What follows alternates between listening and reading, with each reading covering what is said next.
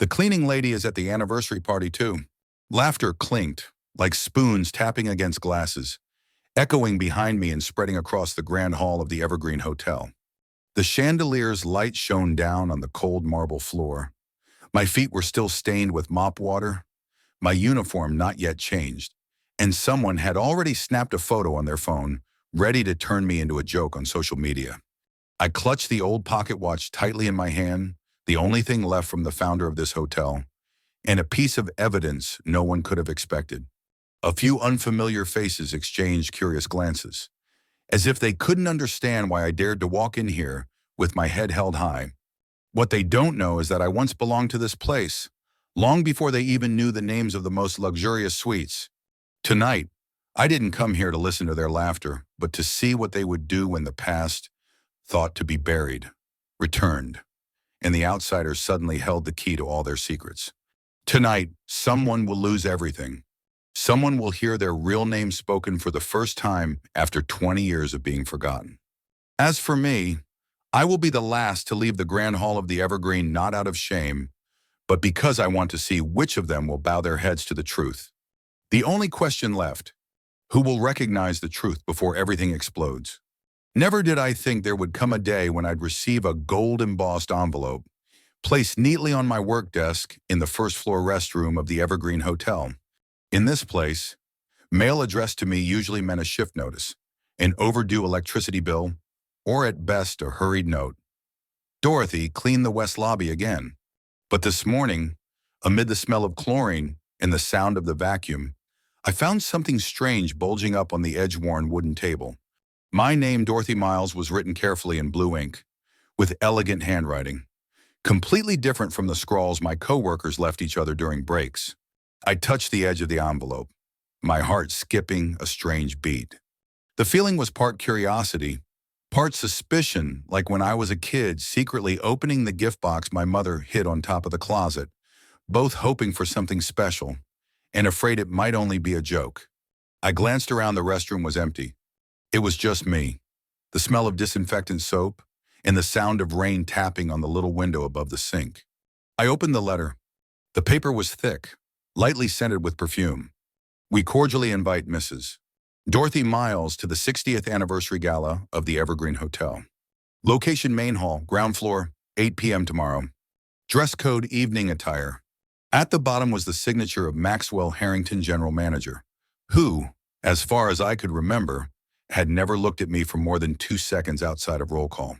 I folded the paper, my fingers unconsciously gripping tighter. Gala evening dress. Those words sounded like a joke, echoing through the cold of the morning restroom. Outside the door, footsteps passed by someone laughing, chatting about what dress to wear, what color lipstick for tonight. I stood still, letting those sounds echo in my head, then quietly laughed out loud. No one had ever invited me to a party before, especially not to one where I knew for sure I was just a misplaced name on a guest list decided long ago. Inside the envelope was a thick card with silver-edged borders. I flipped it over. There was still a slight crease at the edge. Someone must have picked it up, looked at it, then set it down with indifference. Raised print. Cordially invites Mrs. Dorothy Miles to the 60th anniversary celebration of the Evergreen Hotel. Location: main hall, ground floor. Time: 8 p.m. tomorrow night. Attire: formal evening dress. I touched the letters as if it was a clumsy joke. The name signed underneath was Maxwell Harrington, the general manager, who always walked past me in the hallway without ever once stopping to ask my name. In my memory, he only ever called out, "Hey you, finished cleaning yet?" Or "third floor. Special guest." Never, not once, was there ever a line addressed just to Dorothy Miles.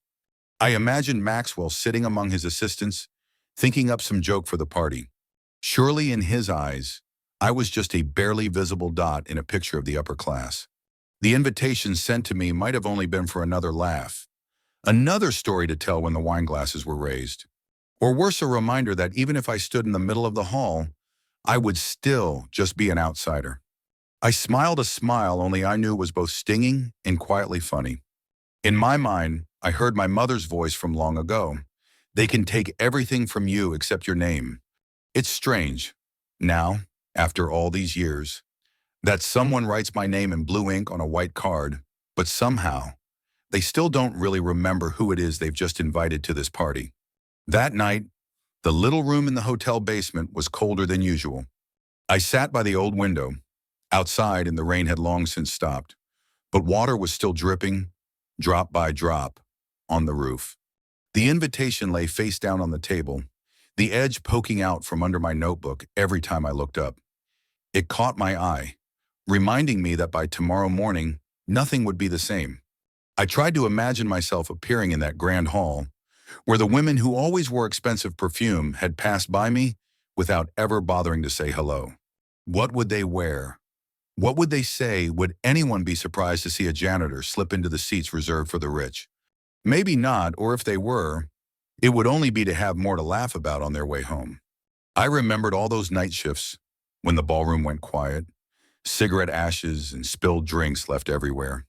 At that time, all the glitz and glamour gave way to the sound of the vacuum, the slosh of the mop bucket, the sound of my own breathing so soft I didn't even want to hear it myself. Year after year like that, I was always the last to leave the hall. No one noticed. No one said my name. And now, I was invited to return, as a guest of honor in a joke someone else had set up. In the darkness, I found it almost funny. If my mother were still alive, she would ask, "Why go to a place you don't belong?" But I don't want to run away anymore.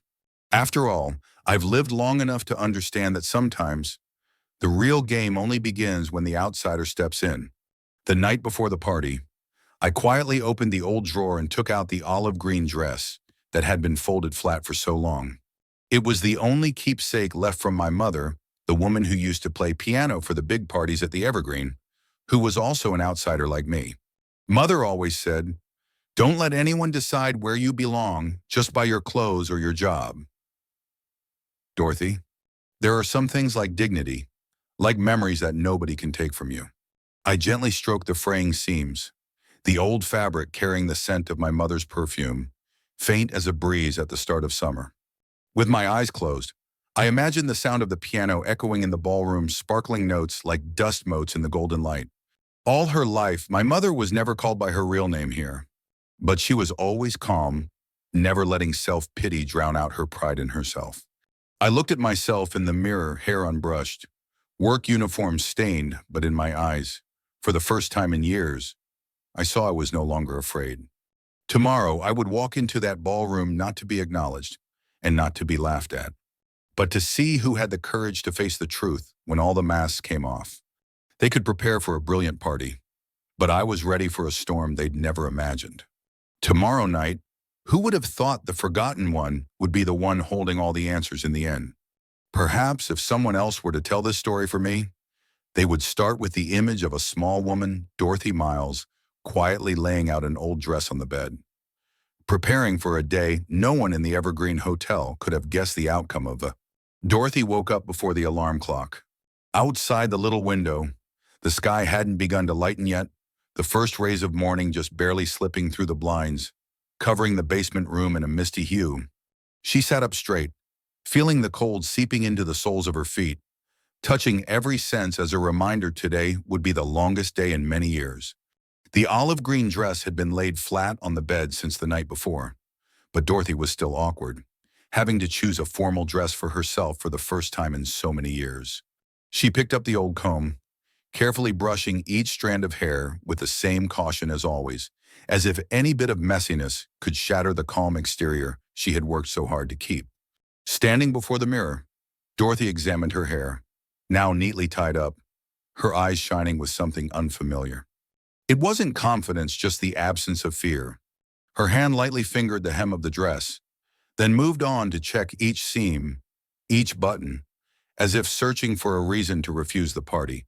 On the table, the old pocket watch lay snug in its wooden box. Dorothy picked it up, feeling the chill of the metal pressed into her palm. She quietly slipped it into the inner pocket of her purse, not telling anyone, not even herself, the reason why she had to bring that item with her this morning. The basement room was silent, only the ticking of the wall clock marking the seconds. Dorothy glanced at the invitation pinned to the corner of the table and smiled faintly.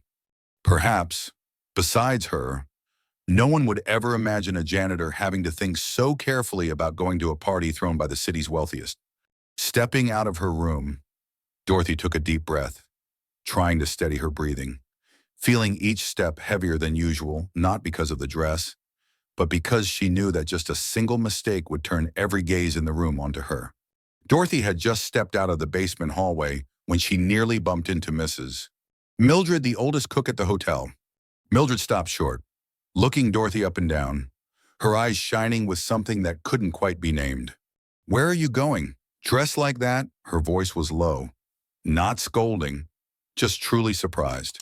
Dorothy hesitated a bit, tightened her grip on the strap of her bag, her shoulders instinctively straightening after so many years of being used to bowing her head.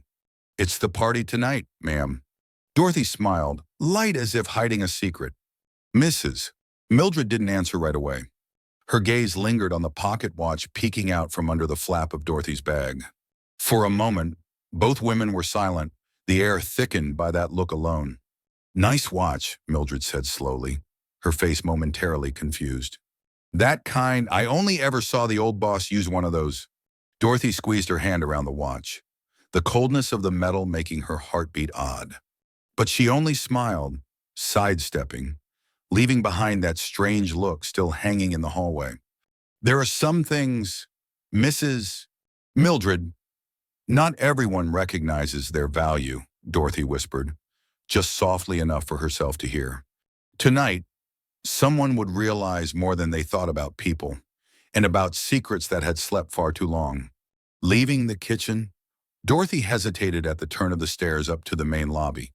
There, she caught the gaze of the young security guard Tony, the night shift regular. Tony was chatting with two other colleagues, but his eyes kept following Dorothy, as if he wanted to ask but held back. Dorothy stopped, adjusting her dress strap, pretending to be busy with her bag. Tony came closer, lowering his voice just enough to be heard. Are you sure you want to go to the party? None of them are like you." That question was like a small cut, not meant in malice, but mixed with both doubt and worry. Dorothy glanced at Tony, her eyes calm. "You know, Tony, sometimes when you stay in one place long enough, you forget who you used to be, or maybe you forget how much the people you once looked at have changed." She pulled out a small handkerchief from her bag, its color now faded, embroidered with 3 interlocked letters, E, M, H, the initials of Evergreen's original founder. Dorothy held the handkerchief at Tony's eye level, said nothing, then put it back into her bag. Tony looked uncertain, his expression shifting from suspicion to real curiosity. Before he could ask anything more, Dorothy had already moved on, leaving behind a growing unease among those who thought they knew the hotel best.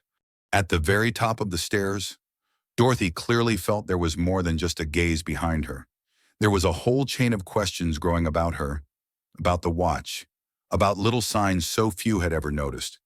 In a place where everything seems settled, sometimes just one small sign is enough to shake up a quiet night, especially when it comes from someone everyone thinks is invisible.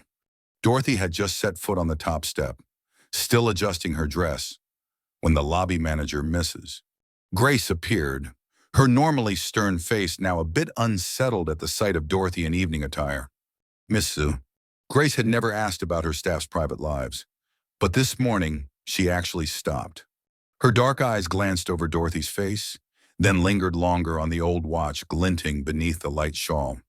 "You don't usually come to parties, do you?" she asked, her voice tinged with a wariness and a kind of curiosity she couldn't hide. Dorothy simply smiled. "Today is an exception." "Mrs. Grace Warren. Mrs. Grace tilted her head, her face suddenly distant, then muttered as if to herself, "Once, a long time ago, someone else brought that watch into this hall, but at a different party, a different time." In that moment, the two women's eyes met no longer boss and subordinate, but just two women holding too many secrets that had slept too long.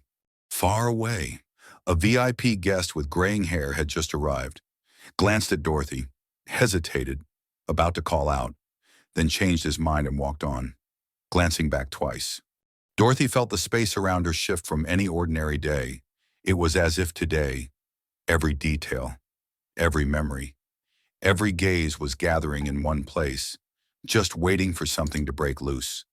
Before joining the noisy line of guests, Dorothy paused, her hand unconsciously touching the pocket watch, as if to check everything was still in place or just to make sure she was steady enough to go on. Maybe, even in a hall so crowded, there are still eyes sharp enough to see not everyone comes here just to make up the numbers at a party. And not every secret will stay asleep once it's time to speak up. When the grand doors of the Evergreen's ballroom opened, Dorothy paused for a second on the threshold. Hundreds of crystal lights shone down onto the polished marble floor, the glow bouncing off her moss-green dress, making her look like she'd just stepped out of an old painting.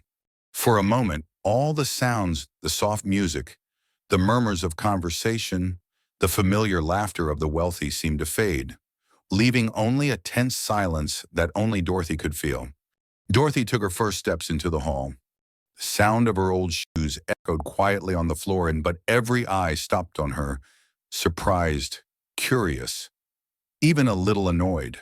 Some women adjusted their dresses, glancing at each other and whispering. A few young staff members looked at Dorothy with a mix of curiosity and respect, as if they'd never seen anyone dare show up here without being afraid of standing out. At the VIP table, Maxwell Harrington, the general manager, was pouring a drink when he turned around. His gaze swept over Dorothy and then stopped. In that look, Dorothy saw not only surprise but also discomfort, like someone noticing a tiny scratch on a perfect table. Mrs. Rachel Maxwell's wife raised her glass to her lips, her mouth curling into a familiar mocking smile. In a far corner, Tony, the young security guard, gave Dorothy a small nod, his eyes encouraging, like an old friend. Dorothy walked slowly, kept her back straight, each step steady, her gaze fixed ahead on the lights. As she passed the VIP group, she overheard whispers. Who invited her here? Probably just to remind us this hotel has cleaning staff too. Shun, look at that dress. Did someone lend it to her? Dorothy didn't react, just pressed her lips together, one hand squeezing the watch in her bag, her shoulders still straight. In that moment, she realized tonight, every look in this ballroom was a reminder the past never really sleeps, and every power play could be overturned by someone nobody ever notices. No one knew the petite woman would be the center of a night supposedly reserved for big names. And no one guessed. Just a few hours later, the old order at Evergreen would never be the same. Dorothy chose a seat near the end of a row, where it was bright enough not to be swallowed by darkness, but not as glaring as the seats reserved for VIP guests. As she sat, the chair gave a slight bounce under her, making Dorothy remember all those late shifts when the room was empty, and only she was left to clean up the remnants of some lavish party. This time, it was the opposite. Dorothy was the only one who didn't belong to their club, but her presence seemed to slow down the air itself. At the next table, a middle-aged woman, Mrs. Lenora, a longtime shareholder, glanced at Dorothy, her first look curious, then surprised, then quickly turning cold, as if she just realized the woman across from her wasn't a familiar guest. Mrs. Lenora leaned toward her companion and whispered, but Dorothy still caught a few words. Sarbiki, isn't she the cleaning lady who would invite her to a party like this? Across the way, a new staff member standing by the wine looked at Dorothy. At first he seemed awkward, but when he met Dorothy's calm, unangered gaze, he nodded slightly, as if to encourage a fellow member of the working class. Dorothy smiled lightly enough that no one could see it was forced. She felt her breath even out, her heartbeat slower, cold but steady. She felt more awake than usual creep into her head, the feeling of someone who knows that with just one moment, every act in this room could flip upside down. Far off, Maxwell still hadn't taken his eyes off Dorothy. He exchanged a few words with a foreign guest, occasionally glancing toward where Dorothy sat. Maybe it was suspicion, maybe just irritation, but clearly Dorothy's presence wasn't something Maxwell wanted at his party tonight. Dorothy squeezed the watch in her bag, her gaze calm as she scanned the room. She knew just one wrong move, and all the laughter would erupt into cruel jokes. But it was in moments like these that the people who thought they controlled everything were most likely to reveal the cracks no one else could see. Dorothy didn't need anyone's comfort, nor anyone's protection. In the place she seemingly least belonged, she was the only one not pretending to be something else. The party hadn't really started yet, with groups still clustering in little circles, laughing and talking about things only insiders understood. Dorothy sat quietly, watching, her eyes scanning the room as if looking for a familiar face in a sea of strangers. Suddenly, a young waiter passed by, carrying a tray of champagne. As he neared Dorothy's seat, an older guest turned around too quickly, bumping into the waiter. The tray tipped, and a glass almost spilled onto Dorothy's dress. Dorothy caught the glass with a quick, practiced move, pure reflex. At that moment, Mrs. Grace, the lobby manager, stepped in, her voice low but clear. "Be careful. This isn't the place to ruin a guest's dress." The older guest glanced at Dorothy, froze. His gaze stopped at her hand where the pocket watch peeked out beneath her sleeve, its face glinting in the light. He hesitated, his face changed, then bowed his head and apologized softly. "I'm sorry, I was careless." Dorothy just smiled, putting the glass back on the tray. Her hand brushed the watch's face, as if by accident, but misses. Grace noticed, her expression changing, as if she'd just remembered something. A few nearby guests looked at Dorothy longer than usual. "In the murmurs," someone whispered. "That watch, wasn't that Marcus's, isn't it?" Dorothy didn't say anything, just nodded in thanks, her gaze steady and calm. She knew one slip and everyone here would label her again, but tonight, she was ready for every stare not to scare her anymore. In a place nobody thought of her, sometimes a single little pocket watch was enough to unsettle every safe layer and wake up memories that had slept deep inside others. The party moved on to the guest introductions. Maxwell stepped up to the stage, looking as confident as ever. He grabbed the mic and swept his eyes across the ballroom as if every person here was just an actor in his play. "Ladies and gentlemen," Maxwell forced a smile, pausing his gaze on Dorothy tonight. "We not only have investors, VIP guests, but also some special people who have kept Evergreen shining behind the scenes." A few giggles rose from the VIP table. Maxwell raised his glass. "Please, Mrs. Dorothy Miles, the most silent and persistent woman at Evergreen, stand, so everyone can admire you for a moment." The ballroom went silent for a beat. Many eyes fixed on Dorothy, some mocking, some lips curled in a smirk, some genuinely curious. Dorothy didn't stand right away. She pressed her hand on her thigh, her palms sweating. A deep breath, then she stood, looking straight at Maxwell, not bowing, not dodging. Her smile was just right, not too much, not too little. Right then, Mrs. Eleanor, the oldest shareholder at a far table, suddenly started clapping. The sound rang out clearly, making the room awkward for a few seconds. One or two others joined in, and suddenly the room was uncertain. Maxwell paused, clearly not expecting someone to have Dorothy's back. Dorothy was about to sit when suddenly her pocket watch slipped from her bag and hit the floor with a short, sharp clink. Mrs. Grace Everquick picked it up, looked closely at its face, and handed it back to Dorothy, her voice low enough for only two to hear. "Not everyone would dare keep this after all those years." A few VIP guests' eyes changed, someone whispered. "That watch, Marcus, isn't that his from back then?" Dorothy took back the watch, just smiled. No one knew that behind her smile, she was wrestling with so many layers of feeling fear, indifference, and cold calculation. She didn't say anything more, didn't play along with Maxwell's script. But something in her eyes, and that falling watch, made the whole ballroom pause as if something big was about to turn. From the back of the room, the old silver-haired guest watched Dorothy for a long time, a gaze both recognizing and wary. Maybe not everyone tonight was a passive spectator to a joke.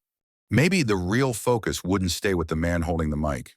The air in the ballroom had just settled down after the introduction when Maxwell spoke up again, this time clearly intent on dragging attention back to Dorothy. "Mrs. Miles, since everyone's here tonight, I'm sure people are curious what's your secret to keeping every corner of a big hotel like Evergreen spotless, and who taught you to pick out such a lovely dress?" Snickers rose from the VIP table, and someone couldn't help but let out an "oh" of mockery. Some young guests quickly lifted their phones to snap photos, flashes popping as if to catch every embarrassing moment of Dorothy. Dorothy stood at the center, the spotlight on her hair and deep blue-green dress. She didn't rush to answer, just tilted her head slightly, her eyes sweeping around the room, stopping on each face, not afraid, not avoiding. "Actually," Dorothy replied, her tone calm, every word clear. "I don't know who taught me to pick dresses, but someone once told me cleanliness isn't about making every stain disappear, but about daring to look straight at what others only want to hide." Her answer made the whole room freeze for a moment. "Mrs.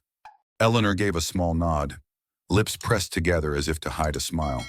Maxwell didn't stop, his voice sharp now as he continued. "So, Mrs. Miles, if you could choose again, would you want to be a guest here, or would you still choose to clean up after us? Like all these years." This time, the whole ballroom went dead silent. Everyone waited for Dorothy to bow her head or burst into tears. Dorothy smirked a smile meant for no one but herself. "I chose to stay," she said, her gaze steady, "because only here do I know who really belongs at Evergreen and who's just playing a part assigned to them." A wave of murmurs swept across the seats. Some guests glanced at each other. Some began to feel genuinely curious about the woman in the green dress standing in the eye of the storm. Tonight, anyone who thought they were holding the microphone might be surprised. And those who thought Dorothy was just background didn't know she was the only one brave enough to say what needed to be said. The air in the ballroom was tense as a wire, everyone waiting to see if Dorothy would fall into Maxwell's prank. But after her answer, there was a long, unexpected silence. A few people cleared their throats, about to go back to their own conversations, when suddenly Mrs. Eleanor, the longtime shareholder who rarely spoke at these parties, set her glass down and slowly stood up. "Dorothy Miles," she said, her voice ringing out so everyone could hear, "is one of the few people I've seen who's managed to keep her dignity at Evergreen, no matter her position." The whole ballroom went silent. Mrs. Eleanor stepped past a few rows of chairs, came closer to Dorothy, held out her hand. "I once knew someone in a green dress, standing right here not just to be background, but to remind everyone of this hotel's past. Maybe tonight is a good night to remember that, too." Mrs. Grace, the lobby manager, looked at Dorothy with a very different expression than usual, part regret, a hidden pride, and a worry she couldn't quite name. In a far corner, the silver-haired VIP whispered into his companion's ear, "I think I saw Dorothy somewhere before, back at the first anniversary party. She looks just like someone." Maxwell looked awkward, tried to grab back the microphone, but the atmosphere in the room had already changed. It was no longer a group joke, but an observation. Everyone was waiting for something bigger to happen. Dorothy looked around, bowed her head slightly to thank Mrs. Eleanor, then quietly sat down, her smile faint but her eyes lit with deep gratitude. In that moment, it seemed she was no longer alone, and the ballroom was no longer a place Maxwell could control completely. Sometimes it only takes one person to stand up and change the mood for all the old order to shake. And sometimes the quietest people are the ones remembered longest. The atmosphere in the ballroom still hadn't recovered after Mrs. Eleanor's breaking the wave, when Dorothy stood up again, not waiting for anyone to invite her, not needing anyone's protection. The sound of her chair scraping lightly on the stone floor. But now, every eye in the room was on her, not mocking, but curious, with a hint of caution. Dorothy raised her head. Her voice rang out calmly, each word measured, neither too fast nor too slow. "I know, tonight I'm not the guest everyone was hoping for. Honestly, after 17 years, I never thought I'd be standing in this ballroom, in front of so many people who always saw me as just a shadow." She looked around the room, pausing at Maxwell, then shifting her gaze to Mrs. Grace and the older guests. "But some secrets, no matter how hard you try to hide them, can't sleep forever, especially when they truly belong here, to the people who really built Evergreen." Dorothy set her handbag on the table and pulled out an old letter, the creases already worn at the edges. "I want to tell a story. A story not everyone in this room has heard, but maybe many of you will recognize yourselves in it." The ballroom was as silent as a tomb. Some clasped their hands, Some secretly tapped on their phones under the table, but no one dared interrupt Dorothy at that moment. She paused for a beat, looked deep into Maxwell's eyes, and spoke clearly. Tonight, I want to speak for those who have been forgotten. Not to blame anyone, but to remind everyone that some things were once very important to Evergreen, but have been pushed out of the light for years. No one knew that. Just a few minutes later, every old order in this ballroom would begin to collapse because of someone who everyone thought had lost the right to speak forever. Dorothy held the old letter in her hand. The paper browned as if it carried the warmth of forgotten memories. She looked up at the ballroom, then slowly unfolded the letter on the table, her hand running softly along the crease. This letter was written in the winter of 1979, sent to my mother by Mr. Edward Marcus, the founder of the Evergreen Hotel. At that time, my mother was still a piano teacher, never thinking that one day she would have to leave this place in silence. Dorothy paused, her voice still calm, her eyes turning toward Mrs. Grace with more than a hint of trust. Mrs. Grace seemed to freeze for a moment, nodding very slightly, her lips moving but no sound coming out. From a distant table, Mrs. Eleanor slowly stood up, came closer, and bent down to look at the letter in Dorothy's hand. That signature, she whispered. It's really Mr. Marcus's. I've seen it so many times in the old shareholder ledger. Dorothy didn't answer, just continued. Mr. Marcus didn't just send letters. He also left a keepsake. She opened her bag, took out the familiar pocket watch, holding it up for the whole ballroom to see. The crystal light shone on the watch face, casting a small ray of light on the floor, but in the eyes of Evergreen's oldest guests, it was the light of a lost era. The silver-haired VIP, who had been quietly observing, finally spoke. That watch, if I'm not mistaken, it's the only thing Mr. Marcus always carried with him. I remember clearly, because I borrowed it many times to set the time for the whole ballroom. Mrs. Sortirason. Grace sighed softly, her face a mix of pride, regret, and gratitude. Dorothy, she said slowly, you're not just the hotel's caretaker. You are Evergreen's living memory. In that moment, when only heartbeats and the sound of paper rustling could be heard, Dorothy took out an old photo in which her mother stood next to Mr. Marcus in the ballroom, with the piano in the background that used to fill the holidays with music. She held up the photo. This was the last night my mother ever stood in this ballroom before she had to leave for reasons no one wanted to talk about. Each time Dorothy brought out more evidence, another layer of Evergreen's memories appeared, and those who thought they controlled the ballroom now realized there are secrets that can never be buried forever. Maxwell clenched the microphone, his face pale, forcing a smile. Miss Miles, I don't know what you're trying to imply. Those old keepsakes only prove you've worked here for a long time, not that you have a reason to ruin this party. The VIP table in front stirred. Some leaned toward Dorothy, others whispered. A young guest asked, do you have any documents to prove it? Or is this just another story? Dorothy didn't flinch. She put the watch and photo down on the table, and from her bag pulled out a stack of papers, each with a court seal, her gaze steady. I know who I am, and I also know who's tried to bury this truth for nearly 2 decades. This is the will and identification documents confirming my mother was the one Mr. Marcus designated as heir to a portion of his assets, along with the full rights to this watch. Dorothy raised her head and looked straight at Maxwell. You knew, didn't you? But for some reason, you chose to ignore it, even arranged for my mother and me to leave Evergreen in silence. Maxwell's face went whiter, his hand visibly shaking as he held the microphone. You're making this up, he shot back. But there was a clear crack in his voice. Those documents, anyone could forge those.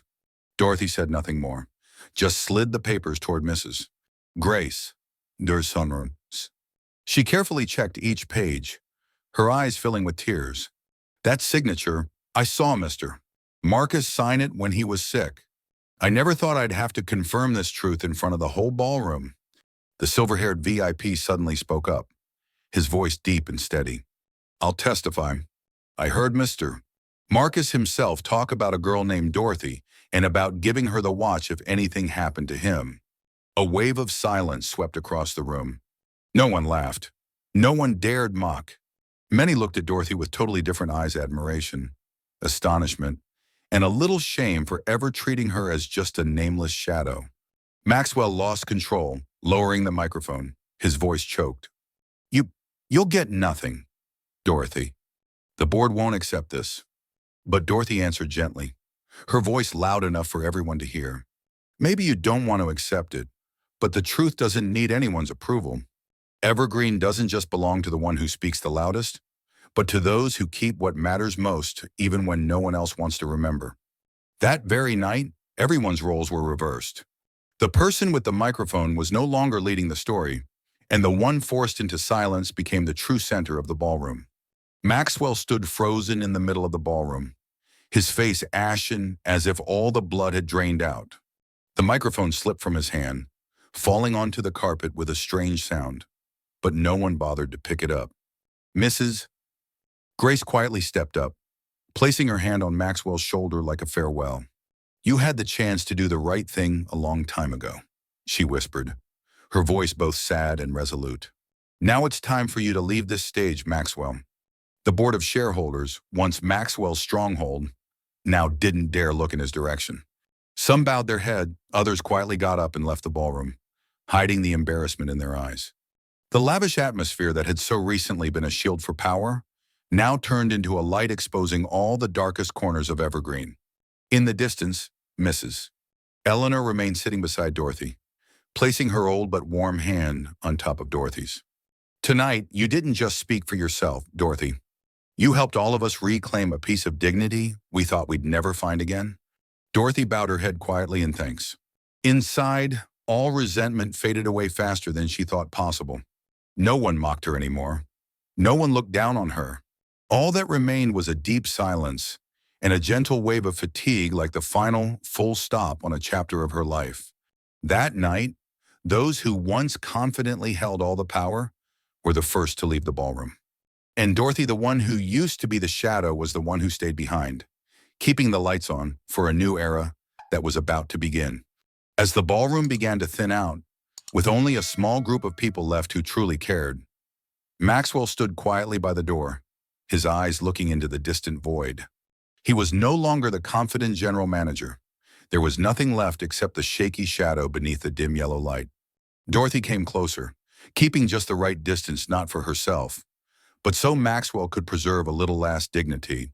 Maxwell looked at Dorothy, his voice stripped of arrogance. I didn't think things would go this far. You've won, Dorothy. Evergreen is yours now. Dorothy shook her head, her eyes no longer angry, only calm. I didn't come here for victory or defeat, Maxwell. Evergreen isn't some trophy, and I have no interest in taking revenge on anyone. But everyone has to face their own choices, including you, including me. Maxwell was silent for a long time. For the first time, true regret appeared in his eyes. If you could forgive, then remember this. Don't let Evergreen become a place where anyone is invisible again. I've ruined that for too long. Dorothy smiled slightly, a very genuine smile. I won't let anyone be forgotten here ever again. That's my promise to my mother, and to myself as well. In another corner, Mrs. Grace came over and placed her hand on Dorothy's shoulder. I owe you an apology for not speaking up sooner. If you'll let me, I'd like to start over together, turning Evergreen into a place where everyone is called by their true name. Dorothy nodded, her heart finally free of any burden. She knew that sometimes forgiveness isn't a gift for others, but for yourself to lighten your own path forward. That night, before leaving the ballroom, Dorothy paused beneath the last light, quietly whispering to herself, every wound needs light to heal, and from now on, there will be no one forgotten at Evergreen.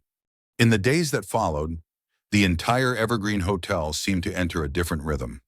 The portraits of power were taken down from the walls, replaced by group photos of every staff team, housekeeping, kitchen, security, reception, faces that had quietly set the stage for so many years of glittering parties. Dorothy did not rush to sit in the general manager's chair in the glass office. Instead, she spent each morning walking through every corner, shaking hands with everyone, calling every staff member by their real name, even those she herself had once avoided making eye contact with. Mrs. Grace was now the overall manager, but her way of treating everyone had changed completely. She took time to listen to every opinion, encouraged people to voice their wishes, and for the first time in years, laughter rang out in the staff meeting room. Tony, the young security guard, was promoted by Dorothy to head of security. Old cook Mildred retired with full benefits and a farewell party organized by Dorothy herself. From the boardroom to the laundry, everyone knew a new unwritten rule had been established at Evergreen. No one was called by their position or uniform anymore, but by their own name. One late afternoon, as sunlight streamed through the lobby's glass doors, Dorothy stood silently before the old piano where her mother had played through the best years of her life. She lifted the lid, placed the pocket watch, now a symbol, on top, then sat down, let her hands rest on the keys, and played the piece her mother had loved. Maxwell left the city, leaving behind a short note. Thank you for showing me the value of truth. I do not expect forgiveness. I only hope Evergreen will never leave anyone behind again. Dorothy did not reply, but she kept that letter along with the old mementos. As a reminder to herself, forgiveness is not forgetting, but not letting the past hold you back forever. That night, at a small dinner with those closest to her, Dorothy raised her glass. We cannot choose where we start, but we can choose how to end our own story. From today, Evergreen will be a place where everyone has a chance to stand in the light. From the little room in the basement, Dorothy had now become someone who spread hope not just for herself, but for everyone who had ever passed through Evergreen without being called by their real name. 6 months later, Evergreen Hotel seemed to wear a different skin, though the brick walls, stone floors, and old lights remained unchanged. Gone were the golden plaques with the shareholders' names in the hallway. In their place now hung small photographs, a kitchen worker grinning with her daughter on her first day of school, Tony the guard holding his very first commendation, Mrs. Mildred blinking away tears at her farewell party. Dorothy sat in what used to be the general manager's office, now just a simple wooden desk, a few small pots of flowers, and stacks of thank you letters piled high in the corner. On the wall was an old photograph, her mother in a green dress, standing beside the piano, her gentle smile untouched by time. Outside, children played in the shade of the trees, and from the grand hall, the sound of the piano drifted in, not the triumphant music of celebrations, but a clear, simple melody, as unpretentious as Dorothy's own life. Every afternoon, Dorothy kept her habit of strolling through the hotel, stopping to talk with anyone she met, a new staff member, a long-time guest, or just a shy young girl wiping windows on her first week. Sometimes, in the crowd, Dorothy would pause, watching the sunlight spill through the lobby's great glass dome. She smiled, not the guarded or patient smile of old, but the easy one of someone who knows just how far she has come. On some days, Dorothy sat alone at the piano, laying that pocket watch, a mark of another era, on top. She thought of her mother, of those who had passed through and those still to come of Evergreen, not as a building, but as a place where anyone could begin again. Some legacies are not found in assets, nor tied to famous names. The real legacy, sometimes, is simply daring to call someone by their true name and giving them the chance to stand in the light, even if just once in their life. That afternoon, a gentle rain was falling, but the lobby of Evergreen was warm and bright. Dorothy sat at the front desk, helping the new receptionist double-check the guest log. The young woman, hair neatly tied back, eyes still carrying the shyness of someone new to the job, turned and quietly asked, "Dorothy, aren't you afraid of getting lost in the crowd in a big hotel like this? So many people work for years and no one ever remembers their names."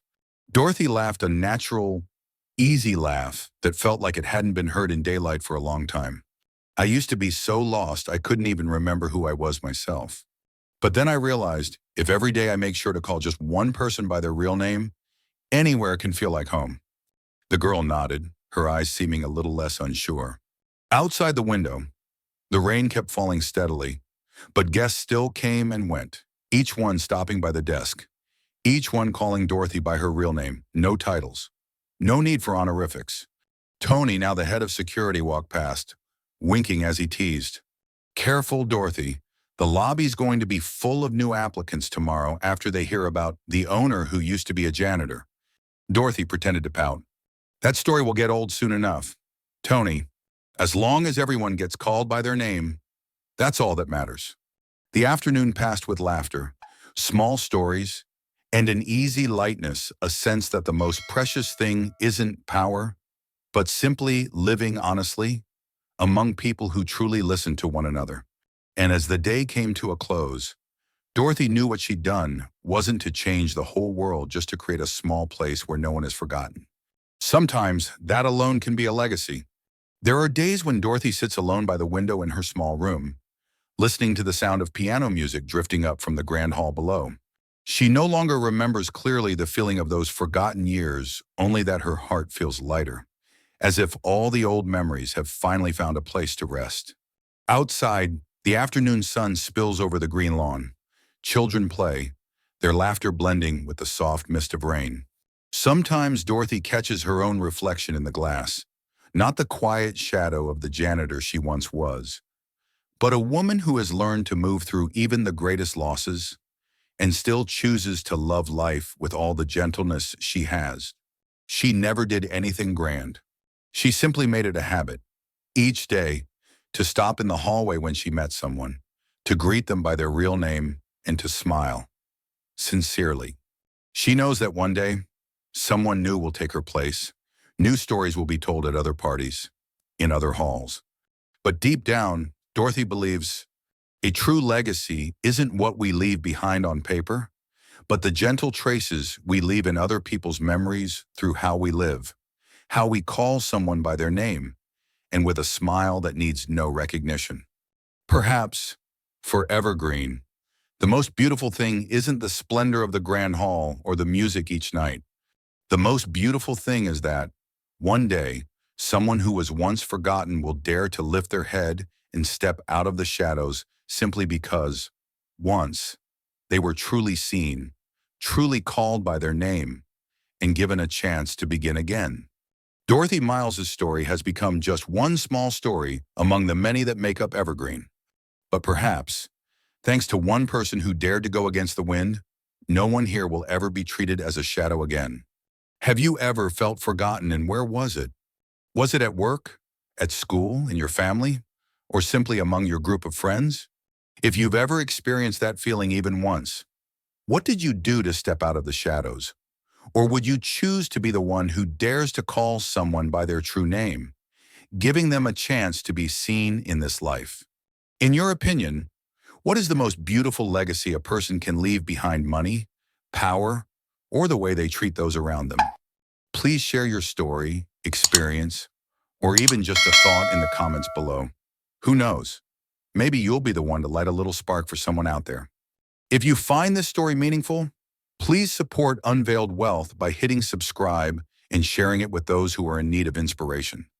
Don't forget to ring the bell so you won't miss the next journeys where everyone deserves to be called by their true name and no one is forgotten. Thank you for being with us. See you again in the next stories with Unveiled Wealth.